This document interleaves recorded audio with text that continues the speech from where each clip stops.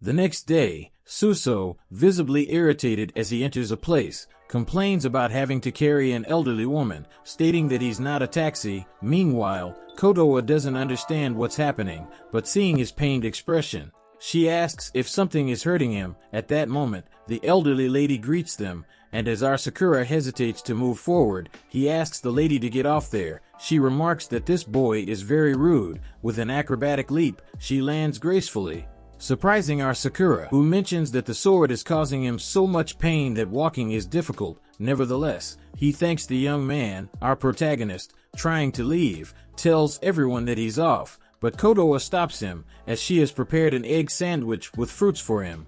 It looks delicious because today is the entrance ceremony for Fearing School. However, the girl realizes that it's too early since the inauguration is in the afternoon, understanding that he's very excited, but obviously, he denies it, and she keeps teasing him. To quiet her down, he explains that he simply went out for a walk, and finally, she stops, mentioning that it's also okay to get excited because every year there are many interesting guys. He clarifies that he's not excited about that. Suddenly, a stranger arrives at the place shouting Kotoa's name, but when everyone looks, he's already on the ground. The man is so clueless that he hadn't even removed the tag from his new jacket he bought for the Fearing School. Upon getting up, he asks Kotoa how it fits him, and our protagonist quickly informs him about the tag. While trying to remove it again, he stumbles, and after a while, he manages to do it, letting us know that he also forgot to remove the tag from his pants, which was unnecessary information, obviously giving a bad first impression of our Sakura. Kotoa tells him that's not all, they're also in the same year. In response, the blonde takes the opportunity to ask our protagonist if he's from outside the city because his face doesn't look familiar at all,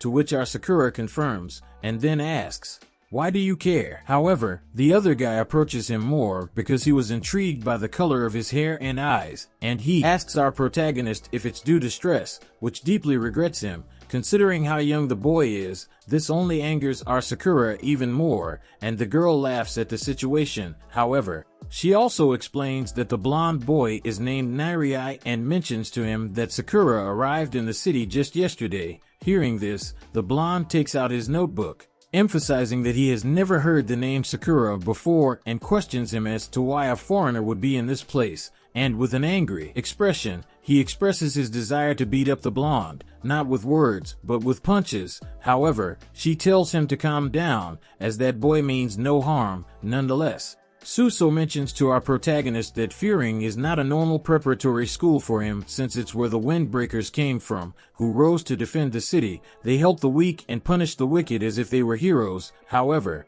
Sakura is a complete stranger and has nothing to do with the city, so he asks him for the real reason for coming to Fearing Prep. Our protagonist ignores him and eats the delicious sandwich. After a while, he explains that he actually wants to reach the top, while admitting that sounding like a hero and defender of the city is fine. He actually just wants to become the #1 strongest, as that alone will satisfy him. However, the blonde mocks him, saying that if he keeps saying those things and thinking too much about it, his destiny will be to go bald. This angers our protagonist, who challenges him to a fight. However, the guy escapes, saying he just came to show off his uniform to Kotoa while still ignoring our Sakura, who is visibly upset. As he leaves, he mentions that he will patrol the city 3 times before entering school because he's also a hero starting today. Since our protagonist didn't listen to him, he vents to Kotoa, frustrated by her ignoring his requests. After calming down and sitting,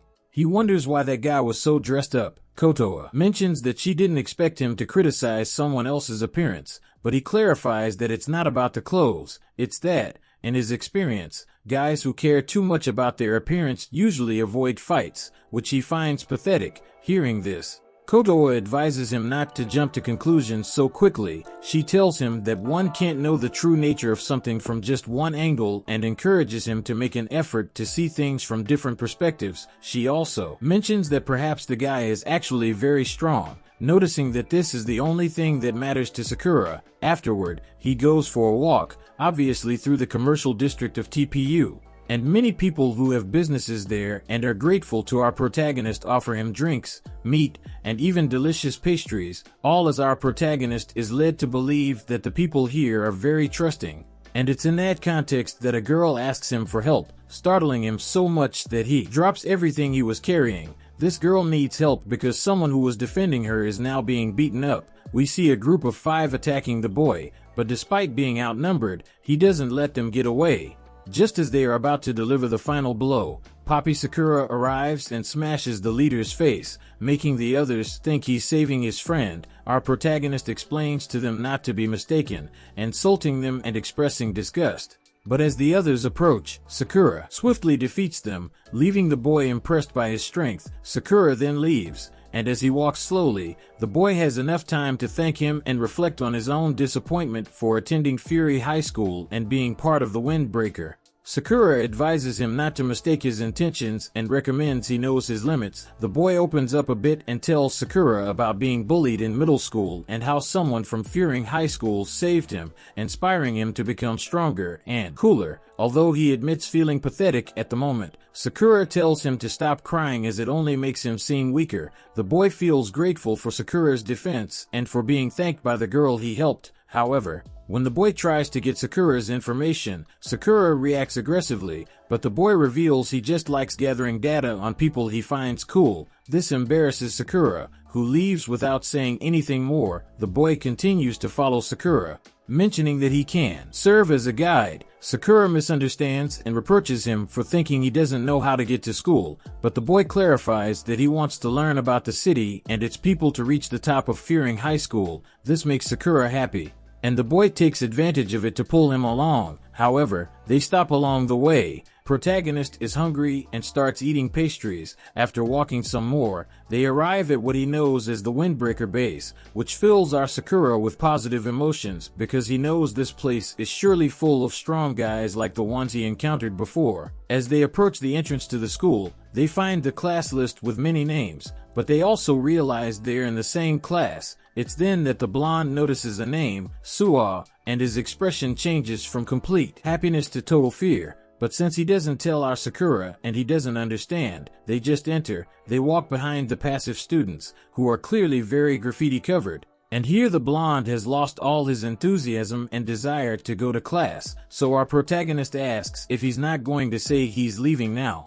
And the blonde thinks about it and asks our Sakura to promise him one thing: to try to be friendly with the boys in their class. He also smiles a bit, but our tsundere protagonist is still angry and refuses to promise anything. The blonde explains that perhaps some students at Fury High School may not like having a foreigner around. When they finally reach the door of their classroom, our Sakura is getting heated up because he has to prepare for the fight he's going to have, clearly not having listened to the blonde at all. So the blonde continues explaining. He tells him not to do anything that ends up making friends with the class, or worse, with the entire Fury High School. However, our protagonist explains that it's okay to make enemies because he actually came to climb to the top by fighting. When they open the door, they see everyone looking angry, and the only one scared is the blonde. The truth is, everyone in this class seems like vandals, and there's a guy using the window like a pull-up bar. On the other hand, our Sakura is very happy because he doesn't mind this situation at all. Then,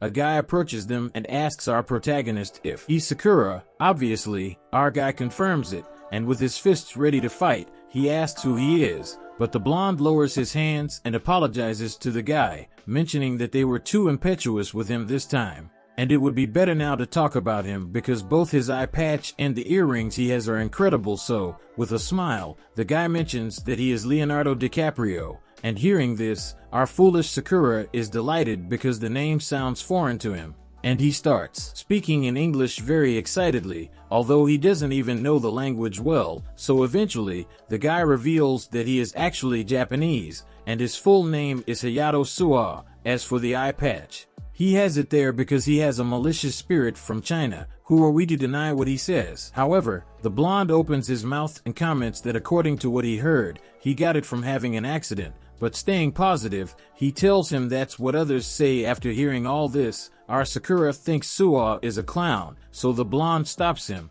But Suwa asks to talk about Sakura. As he gets too close to him, our Sakura starts raising his fists, but Suwa pats him on the back, highlighting that he was the star of yesterday's fight on the main street. Obviously, the other classmates had also heard about it. Suo tells them that both his classmate Iguri and the others came to help, but Sakura was the first to arrive to defend the city, so he was the star of the day. After hearing all this, the other classmates approached because, as they had heard that Iguri was going to the scene, they relaxed and no longer paid attention to the situation. One even comments that his grandmother was there but knew that with Iguri, everything would be fine. Another mentions that despite coming from outside, it's really incredible that he made his debut so soon, even before starting classes. Well, as everyone is obviously very close to our protagonist, he is redder than a tomato. To break the silence, one of the classmates asks our protagonist why he came if he's not from here, with the confidence he has. Our Sakura tells them all that he came to reach the top,